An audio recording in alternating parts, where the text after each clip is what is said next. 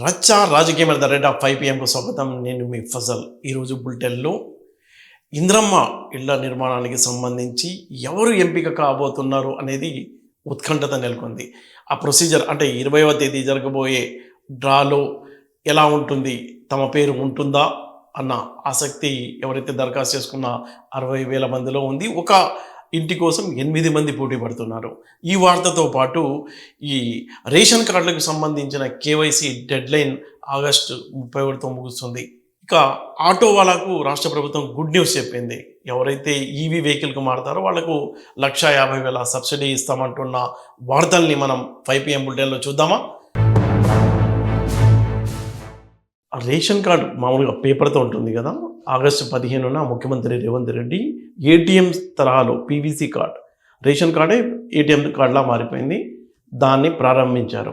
ఇంకా విడతల వారీగా రాష్ట్ర వ్యాప్తంగా అందరికీ ఇవ్వనున్నారు. అయితే 1,06,00,000 మందికి రేషన్ కార్డు ఉంది. ఇప్పుడు ఆగస్ట్ 31 వరకు కేవైసీ కంప్లీట్ చేయాలన్న నిబంధన. ఎందుకంటే పారదర్శకత, చాలామందికి ఒక కుటుంబంలో రిపీట్ అవ్వడం, 2-3 చోట్ల రేషన్ కార్డులు ఉండటం, అలాంటివన్నీ తొలగించాలి అన్న తో ఈ కేవైసీ విధానాన్ని తీసుకొచ్చారు. దానికి లాస్ట్ డేట్ రేపు 31తో అయిపోతుంది. ఇప్పటి వరకు కేవలం 75% మాత్రమే చేసుకున్నారు. ఇంకా 25% కావాలి, అవడం లేదు. గందరగోళం ఉంది.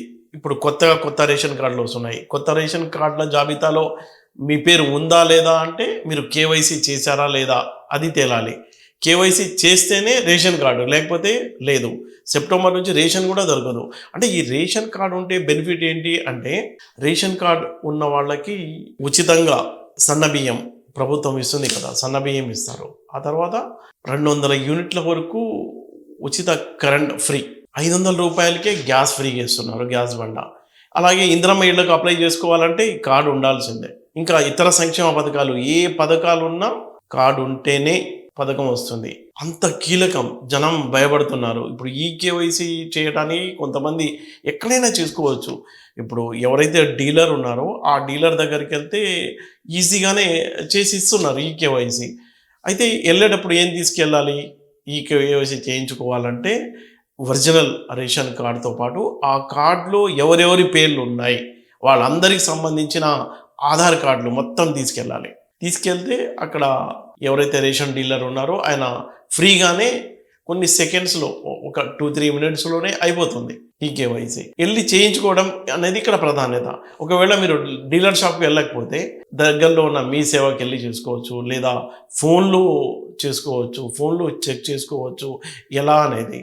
ఫోన్లో ఇప్పుడు అయిపోయింది, ఈ కేవైసీ చేశారు, మీ పేరు ఉందా లేదా జాబితాలో అనేది ఎలా చెక్ చేసుకుంటారంటే, ఇప్పుడు మన ఫోన్లో స్మార్ట్ PDS వెబ్సైట్లోకి వెళ్ళాలి. వెళ్ళిన తర్వాత లబ్ధిదారులకు సంబంధించిన ఆప్షన్ ఉంటుంది. ఆ ఆప్షన్ని క్లిక్ చేస్తే వస్తుంది రేషన్ కార్డ్ నంబర్ అనేది. ఆ నంబర్ డీటెయిల్స్ కనుక మనం అందులో టైప్ చేస్తే మీది యాక్టివ్ అయిందా లేకపోతే వెరిఫైడ్ అని ఉందా అంటే మీ ఈ కేవైసీ పూర్తయినట్టు. లేదు, ఇంతవరకు నేను ఈ కేవైసీ పూర్తి చేసుకోలేదు, రేషన్ షాప్కు వెళ్ళలేదు, మీ సేవలు చేయలేదు అనేది మీకు ఉంటే మీ ఫోన్లో కూడా ఈ కేవైసీ చేసుకోవచ్చు. అంటే ఫోన్లో ఎలా చేసుకోవాలి అంటే నేను బ్రీఫ్గా చెప్తాను.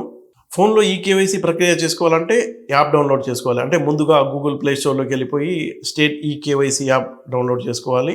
ప్లే స్టోర్ నుంచి ఆధార్ ఫేస్ RD యాప్ను కూడా ఇన్స్టాల్ చేసుకోవాలి. ఆ తర్వాత రాష్ట్రం ఎంపిక, స్టేట్ కేవైసీ యాప్ ఓపెన్ చేసి రాష్ట్రాల జాబితాలో తెలంగాణను సెలెక్ట్ చేసుకోవాలి. ఆ తర్వాత ఆధార్ వెరిఫికేషన్, 12 అంకెల ఆధార్ నంబర్ నమోదు చేసి నెక్స్ట్ పై క్లిక్ చేయాలి. ఆధార్తో లింక్ అయిన మొబైల్కు వచ్చిన OTPని నమోదు చేసుకోవాలి. ఈ కేవైసీ స్టేటస్ చెక్ వెరిఫికేషన్ తర్వాత స్క్రీన్పై మీ వివరాలన్నీ కనిపిస్తాయి. ఈ కేవైసీ పూర్తయితే గ్రీన్ టిక్ కనిపిస్తుంది, పూర్తి కాకపోతే ఎంటీ లేదా డాష్ కనిపిస్తుంది. ఫేస్ ఈ కేవైసీ పూర్తి చేయటం, ఈ కేవైసీ పెండింగ్లో ఉంటే ఫేస్ ఈ కేవైసీ ఆప్షన్పై క్లిక్ చేయాలి. నిబంధనలను యాక్సెప్ట్ చేసి ఫోన్ కెమెరాను ఓపెన్ చేయాలి. ఫ్రంట్ కెమెరా ముందు ముఖాన్ని ఉంచి సూచనల ప్రకారం కళ్ళను ఆర్పుతూ ఫేస్ స్కాన్ పూర్తి చేయాలి.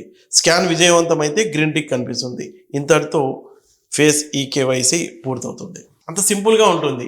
మీరు ఫోన్లో చేసుకోవచ్చు, మీ సేవ దగ్గరికి వెళ్ళి చేసుకోవచ్చు, లేదా మీ రేషన్ డీలర్ దగ్గర చేసుకోవచ్చు. చేసుకోవడం అనేది ఇక్కడ ఇంపార్టెంట్. ఒకవేళ కనుక సమయం చాలా తక్కువ ఉంది కాబట్టి ఈ నెలలోపే ఈ కేవైసీ మీ రేషన్ కార్డుకు సంబంధించి చేసుకోకపోతే వెంటనే వెళ్ళి మీ డీలర్ దగ్గర అలాగే మీ సేవలోనో మీ ఫోన్లోనో ఈ ప్రక్రియ పూర్తి చేసుకుంటేనే మీకు సంక్షేమ పథకాలు కానీ ప్రభుత్వం అందిస్తున్న అన్ని రకాల సౌకర్యాలు సన్న బియ్యం లాంటివి పొందడానికి అవకాశం ఉంటుంది. రాష్ట్ర ప్రభుత్వం ఎంతో ప్రతిష్టాత్మకంగా తీసుకున్న ఇంద్రమ్మ టవర్ల నిర్మాణం అంటే హైదరాబాదులో క్యూర్ పరిధిలో ఒక నోటిఫికేషన్ ఇచ్చారు. ఆగస్టు 15 గడువు ముగిసింది. 7,340 ప్లాట్లకు సంబంధించి 60,014 మంది దరఖాస్తు చేసుకున్నారు. అంటే ఎంత క్రేజ్ ఉందో అసలు దరఖాస్తులను బట్టి తెలుస్తుంది. కూకట్పల్లిలో అక్కడ ఒక గజం ధర 1,50,000 నుంచి 2 లక్షల వరకు ఉంది. ఆ ఏరియాలో చాలామంది అంటే ప్రైమ్ ఏరియాలో వస్తుంది కాబట్టి కూకట్పల్లి లాంటి ఏరియాలో చాలామంది దరఖాస్తు చేసుకున్నారట.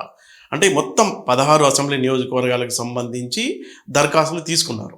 అంటే గతంలో లాగా అంటే దూరంగా ఎక్కడో కాకుండా ఏ అసెంబ్లీ నియోజకవర్గంలో అప్లై చేసుకుంటే అక్కడ స్థానికులకు అక్కడే ఇచ్చేలా ఈ టవర్ల నిర్మాణం జరుగుతుంది. మొత్తం 10 అంతస్తుల టవర్ ఇది. 12 ప్లాట్లు ఉంటాయి. దీనికి సంబంధించి ఈ దరఖాస్తుతో పాటు 10,000 డిపాజిట్ కూడా తీసుకున్నారు. అంటే ఆగస్టు 15తో ముగిసింది. ఎలా సెలెక్ట్ చేస్తారు అనే దాని మీద ఉత్కంఠత నెలకొంది. దానికి ఫెడరల్ తెలంగాణ ఈ హౌసింగ్ డిపార్ట్మెంట్కు సంబంధించిన వైస్ చైర్మన్ గౌతమ్తో మాట్లాడితే ఆయన కొన్ని వివరాలు ఇచ్చారు. ఇక అంటే ఆగస్టు 20 నుంచి డ్రా ద్వారా ఎంపిక చేస్తారు అని. డ్రా ఎంపిక చేసే ప్రక్రియ 20 నుంచి స్టార్ట్ అవుతుంది అనేది ఆయన ఉద్దేశం. అయితే డ్రాకు ముందు 360 డిగ్రీస్లో వెరిఫికేషన్ చేస్తున్నారు. ప్రధానంగా అంటే ఇప్పుడు ఈ స్కీమ్ ఎవరి కోసం? పేద ప్రజల కోసం. పేద ప్రజలని ఎలా నిర్ధారించుకోవాలి అంటే ఆదాయం 6 లక్షల లోపు ఆదాయం ఉండాలి వాళ్ళకి. ఆ వెరిఫికేషన్ ప్రక్రియ చాలా సీరియస్గా జరుగుతుంది. ఇంకొకటి ఏంటంటే రేషన్ కార్డు ఉండాలి, వైట్ రేషన్ కార్డు, ఆహార భద్రత కార్డు కనీసం. ఇంకొకటి వాళ్ళు ఆధార్ వెరిఫికేషన్ బయోమెట్రిక్ ద్వారా వీళ్ళ పరిస్థితి ఏంటి, ఆధార్ ద్వారా పూర్తి వివరాలు వస్తాయి, అసలు నిజమైన లబ్ధిదారుడైనా. ఇంకొకటి ఏంటంటే ఎక్కడైతే దరఖాస్తు చేసుకున్నారో సదరు వ్యక్తి 10 ఏళ్లుగా ఆ ప్రాంతంలో నివాసం ఉండాలి. ఆ అంశాలన్నీ ఆధార్ వెరిఫికేషన్తో తేలిపోతాయి. అంటే ఎక్కడ ఎలాంటి అవాంతరాలు జరగకుండా అంటే తప్పులు జరగకుండా చాలా సీరియస్గా ఈ వెరిఫికేషన్ ప్రక్రియ మీద ఎక్కడా మేము కాంప్రమైజ్ కావడం లేదు అంటున్నారు వాళ్ళు. అంటే స్థానికంగా ఉండాలి, ఆదాయం 6 లక్షల లోపు ఉండాలి, రేషన్ కార్డు ఉండాలి. అలాగే ఇప్పుడు ఇది మహిళల పేరున రిజిస్టర్ చేస్తారు. ఇంకోటి ఒక కుటుంబం నుంచి ఒక నియోజకవర్గంలో ఒకళ్ళు, మరొక నియోజకవర్గం ఒకళ్ళు, అలా ఆ వెరిఫికేషన్ కూడా క్రాస్ చెక్ చేసుకుంటున్నారు. అంటే ఒక ఇంట్లో నుంచి కేవలం ఒక వ్యక్తికి మాత్రమే, అది కూడా మహిళ పేరున ఉచితంగా రిజిస్టర్ చేస్తామని గౌతమ్ ఫెడరల్తో తెలిపారు. అయితే మనం చూసుకున్నట్లయితే దీన్ని మొత్తం జిహెచ్ఎంసి హౌసింగ్ బోర్డ్ అధికారులు వెరిఫికేషన్లో చాలా కీలకంగా పాత్ర పోషిస్తున్నారు. ఎక్కడ తప్పులు జరగకుండా, అన్యాయం జరగకుండా పేదలకు ఒక ప్లాట్ కోసం 8 మంది పోటీ పడుతున్న నేపథ్యంలో ప్రభుత్వం కూడా బదనాం కాకుండా ఎక్కడ ఈ కమిషన్లకు ఆశపడి కొంతమంది ఇచ్చారు అని ట్యాంపరింగ్ జరగకుండా చాలా పారదర్శకంగా నిర్వహించడానికి వెరిఫికేషన్ ప్రక్రియ పూర్తయిన తర్వాత లాటరీ ద్వారా అంటే ఆగస్టు 20 తర్వాత లాటరీ ద్వారా మనం ఎవరైతే అర్హులు ఉన్నారో వాళ్లకు చెందేలా ఆ ప్రక్రియ కొనసాగుతుందని అధికారులు చెప్తున్నారు. అయితే మనం చూసుకున్నట్లయితే ఇది 10 అంతస్తుల బిల్డింగ్ ఉంటుంది. 528 చదరపు అడుగుల బిల్డప్ ఏరియా కన్స్ట్రక్షన్ చేస్తారు. అయితే single bedroom 400 SFT carpet area వస్తుంది. ఒక కుటుంబం హాయిగా ఉండేలా. అయితే వీళ్ళ దగ్గర నుంచి ఇప్పుడు ఒకవేళ డ్రా తీసిన తర్వాత అప్లై చేశారు కదా ఇంతమంది, వాళ్ళ పేరు రాకపోతే వాళ్ళు ఏదైతే పే చేశారో 10,000 రూపాయల డిపాజిట్ వాపస్ ఇస్తారు. అయితే డ్రాలో వస్తుంది. డ్రాలో వచ్చిన తర్వాత ఏమవుతుంది, ఇప్పుడు 6 లక్షల రూపాయల వరకు విడుదల వారీగా వీళ్ళు పే చేయాల్సి ఉంటుంది. ఎవరికైతే వచ్చిందో వాళ్ళు. మొత్తం దీని ఖర్చు 11 లక్షలు అవుతుంది. కాబట్టి 5 లక్షలు రాష్ట్ర ప్రభుత్వం సబ్సిడీ ఇస్తుంది. ఇంకొక ఆసక్తికరమైన విషయం ఏంటంటే ఎవరి పేరు మీద లబ్ధిదారులకు వస్తుందో ఈ ఇంద్రమ్మ ఫ్లాట్ అనేది, వాళ్ళు 10 ఏళ్ల వరకు కఠిన నిబంధనలు ఉన్నాయి. ప్రభుత్వం వాచ్ చేస్తూ ఉంటుంది. ఎవరికి అమ్మడానికి వీల్లేదు, అలాగే ఎవరికైనా ఇతరులకు రెంట్కి ఇవ్వడానికి వీల్లేదు. ప్రభుత్వం యొక్క ఉద్దేశం ఏంటంటే స్థానికంగా వాళ్ళు ఇప్పుడు ఎక్కడున్నారో దగ్గరలో ప్రాంతంలోనే కన్స్ట్రక్షన్ చేసిస్తున్నారు కాబట్టి అక్కడే ఉండి తమ పనులు కూడా చేసుకుంటూ ఆర్థికంగా బాగుపడాలన్న లక్ష్యంతో ఇచ్చారు, కానీ అది వేరే వాళ్లకు రెంట్కి ఇవ్వడానికి కాదు, అలాగే అమ్ముకుని డబ్బులు చేసుకోవడానికి కాదు అని ప్రభుత్వం స్పష్టంగా హెచ్చరికలు జారీ చేస్తుంది. అయితే ఇప్పుడు ఈ ప్రక్రియ రేపు 20 నుంచి స్టార్ట్ అయిన తర్వాత ఈ ఉత్కంఠకు ఎవరికి వస్తుంది అనే ఉత్కంఠకు తెరపడనుంది.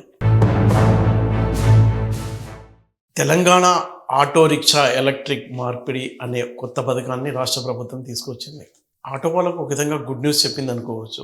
ఎవరైతే సాంప్రదాయ డీజిల్ పెట్రోల్ ఆటోలు ఉన్నాయో వాటి నుంచి ఈవీ వెహికల్గా మార్చుకుంటే 1,50,000 రూపాయల సబ్సిడీ ఇస్తామంటుంది ప్రభుత్వం. అందుకోసం 200 కోట్ల రూపాయలు కేటాయించింది.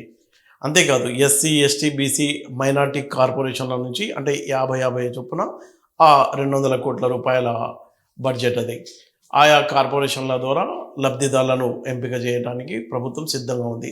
మనం చూసుకున్నట్లయితే తెలంగాణలో 5,15,000 ఆటోలు రిజిస్టర్ అయి ఉన్నాయి. ఇక అందులో ఎక్కువ భాగం అంటే మనం హైదరాబాద్లోనే క్యూర్ పరిధిలో 2 లక్షలకు కంటే ఎక్కువగా ఆటోలు తిరుగుతున్నాయి.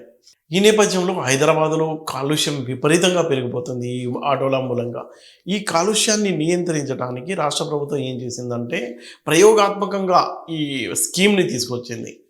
మారాలి అని చెప్తుంది ఆటో వాళ్లకు.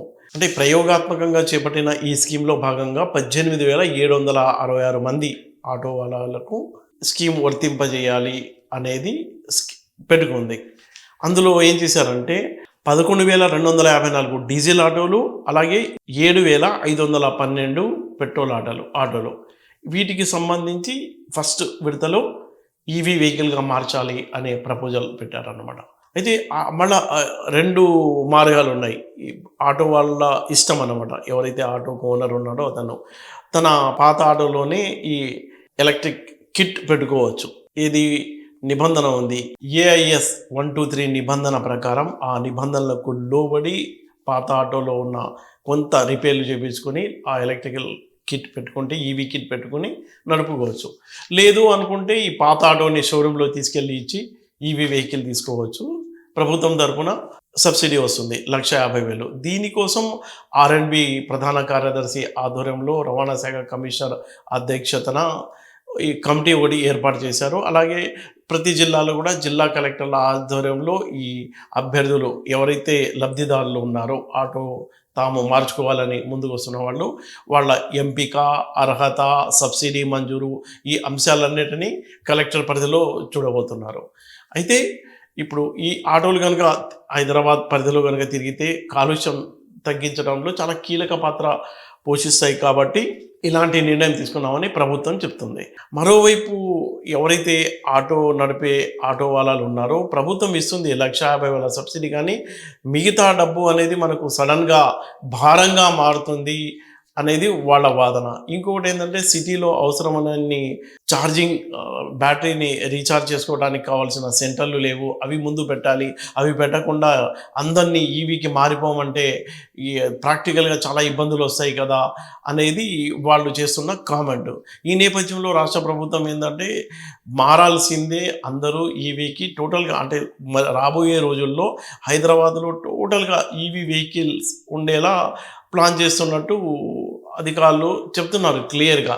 అయితే ఈ ప్రక్రియ ఎంత టైం తీసుకుంటుంది? ఇప్పుడు ఏదైతే 18,766 ఆటోలను ఈవీగా మార్చాలి అనుకుంటున్న నేపథ్యంలో ఈ ప్రయోగం ఏ మేరకు సక్సెస్ అవుతుంది అనే దాని మీద ఉత్కంఠత అయితే నెలకొంది. మన క్యాబినెట్లో కూడా చర్చించాం. త్వరలో కార్మిక శాఖతో సంప్రదింపులు జరిపి రవాణా శాఖ పక్షాన సంక్షేమ బోర్డు ఏర్పాటుకు సంబంధించి ఇంతకుముందే హామీ ఇచ్చినాం. సంక్షేమ బోర్డును వీలైనంత తొందరలో ఏర్పాటు చేస్తాం. అదేవిధంగా ఆటో ఛార్జీల పెంపకానికి సంబంధించి కూడా విజ్ఞప్తి చేస్తాను. 2012లో 14 సంవత్సరాల క్రితం పెరిగినటువంటి ఆటో ఛార్జీల పెంపు, ప్రస్తుత డీజిల్ ధర, ఇతరత్ర వాహనాల ధరలు పెరిగిన దృష్ట్యా మరి ప్రయాణికులకు విపరీతంగా భారం పడకుండా ఆటో ఛార్జీలు పెంచేటువంటి ఆలోచనతో కూడా వాళ్ళ యొక్క విజ్ఞప్తిని క్షుణ్ణంగా పరిశీలన చేసి త్వరలోనే నిర్ణయం తీసుకుంటాం. అదేవిధంగా కొంత దుష్ప్రచారం చేస్తూ ఉన్నారు. ఆర్టీసీ తరఫున ఎలక్ట్రికల్ వాహనాలు కొని ఆటో కార్మికుల యొక్క జీవిత ఉపాధిని పోగొడతారని అటువంటి ఆలోచన కానీ ప్రతిపాదన లేదు. లాస్ట్ మైల్ కనెక్టివిటీ జరగాలంటే ఇప్పుడు ఉన్నటువంటి వ్యవస్థలల్లో అనుసంధానం చేయాలని. నేను ఆర్టీసీ రైలు కొనా, రైలు వాళ్ళు ఆర్టీసీ బస్సు కొన్నారు, రైలు వాళ్ళు ఆటో కొన్నారు, ఆర్టీసీ వాళ్ళు ఆటోలు కొన్నారు. కాబట్టి లాస్ట్ మైల్ కనెక్టివిటీ అనే మాట తప్పకుండా అమలు జరగాలని కోరుతున్నాం. ప్రయాణికుడు ఇంటి నుంచి వెళ్తే మళ్ళీ ప్రయాణం చేసి మళ్ళీ ఇంటికి చేరే విధంగా ఉండాలనేటువంటి ఆలోచనతో ప్రణాళిక చేస్తున్నాం తప్ప ఆర్టీసీ ఎక్కడ కూడా ఈవీ ఆటోలు కొనదు అనేటువంటి స్పష్టమైన మాట ఈ సందర్భంగా తెలియజేస్తూ, ఆటో కార్మికుల సంక్షేమానికి సంబంధించి నిన్ననే కేబినెట్ లో కూడా 1,50,000 రూపాయలతో హైదరాబాద్ లో రెట్రోఫిట్ ఇచ్చే కార్యక్రమాన్ని వాళ్ళకు ఈవీ వెహికల్ గా కన్వర్ట్ చేసుకుని చేస్తున్నాం. గ్రామీణ ప్రాంత ఆటోలకు సంబంధించి కూడా త్వరలోనే వారికి కూడా శుభవార్త చెప్పి వాళ్ళ యొక్క ఎటువంటి ఇబ్బంది కలగకుండా వాళ్ళకు కూడా జీవనంలో సహకారం చేసే విధంగా ఈ ప్రభుత్వం ఇచ్చిన మాట ప్రకారంగా ఉండే ప్రయత్నం కొనసాగిస్తారు. చూస్తూనే ఉండండి రచ్చ రాజకీయం. At the rate of 5 PM రేపటి బులెటిన్లో మళ్ళీ కలుద్దాం.